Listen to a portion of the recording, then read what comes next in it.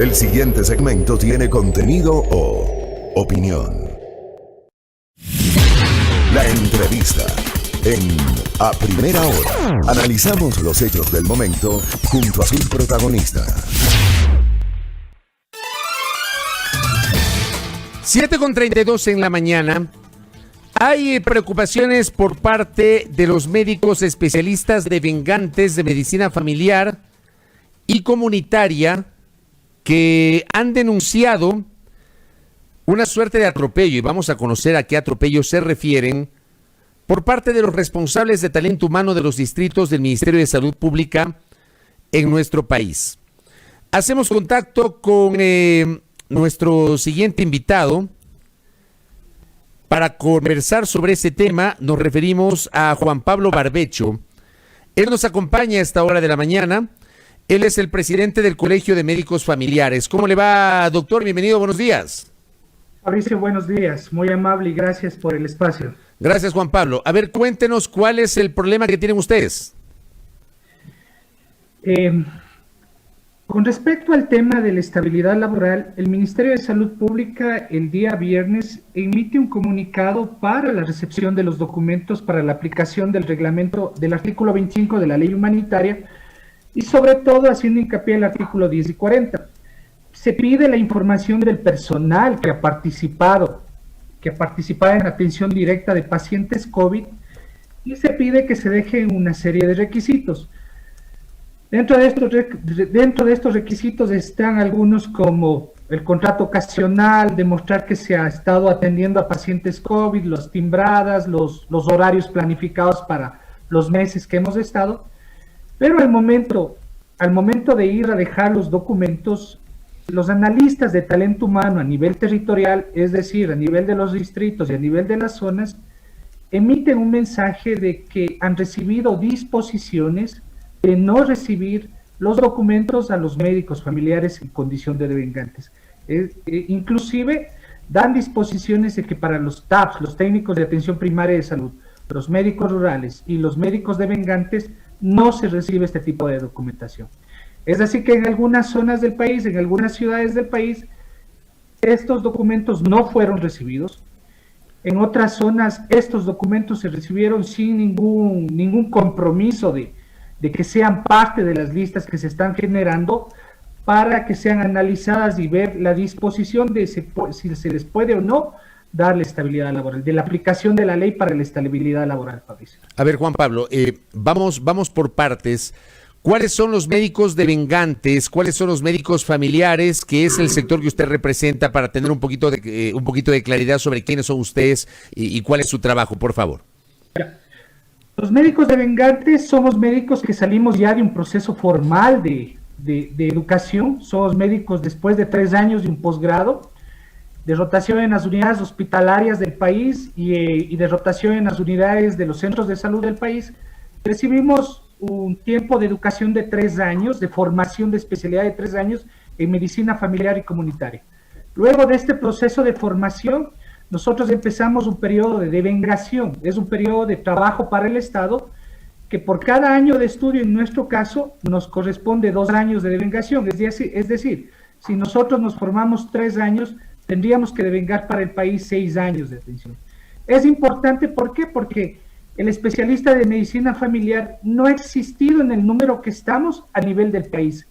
Y somos los que estamos dando soporte al Sistema Nacional de Salud. Somos la puerta de entrada al Sistema Nacional de Salud. ¿Ustedes tienen o tenían contrato con el Estado, con el Ministerio de Salud?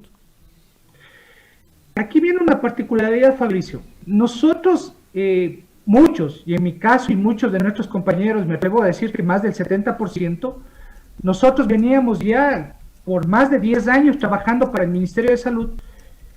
Y cuando por política pública se generó el espacio de la formación de médicos familiares, se nos pidió a nosotros la condición de participar en el concurso para ingresar a la especialidad, pero otra de las condicionantes era que una vez que aprobado nosotros el posgrado, nosotros teníamos que renunciar al contrato ocasional o nombramiento provisional que teníamos.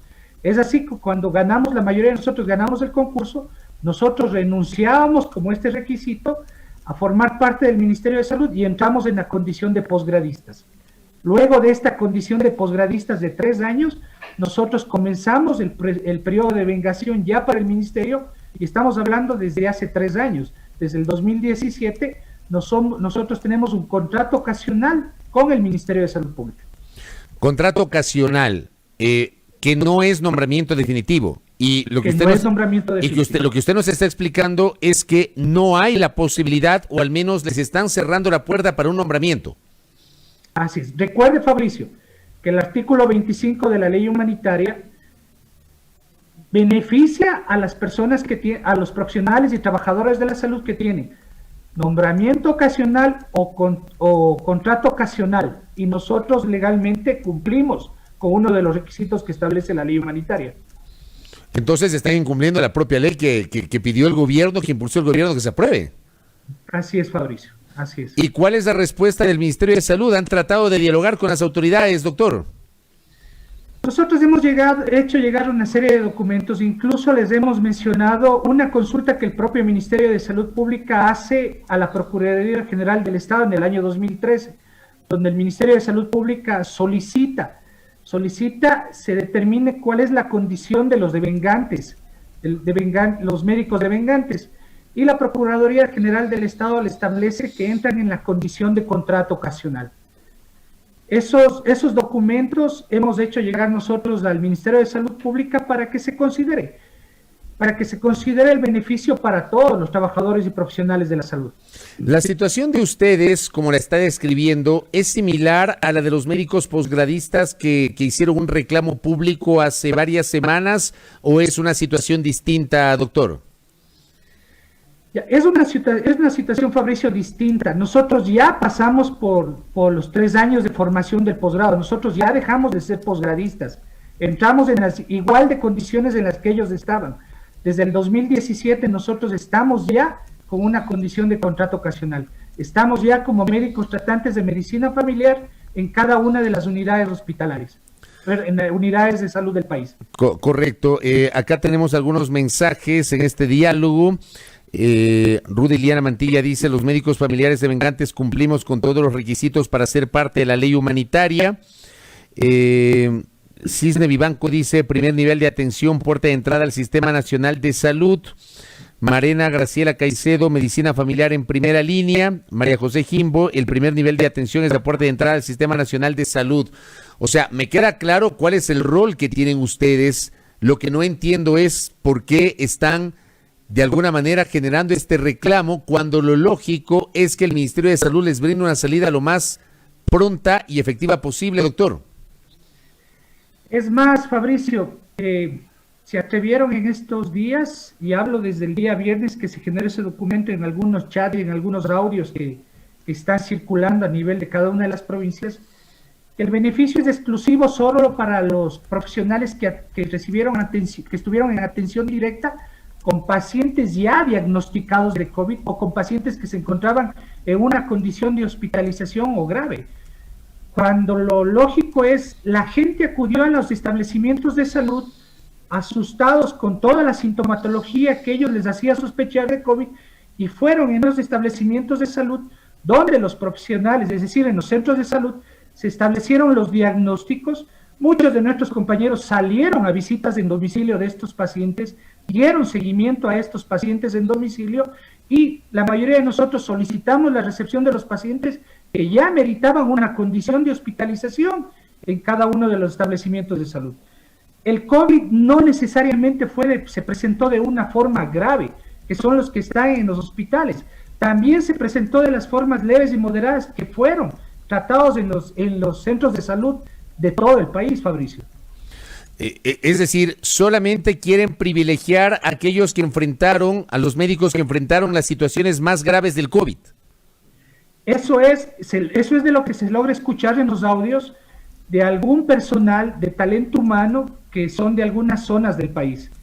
En el documento que emite Planta Central no hace ninguna discriminación, no hace ningún tipo de discriminación. Es por eso que nosotros el día lunes procedimos a entregar estos documentos, pero lamentablemente las personas que están a cargo de las unidades de talento humano hacen la interpretación de la ley.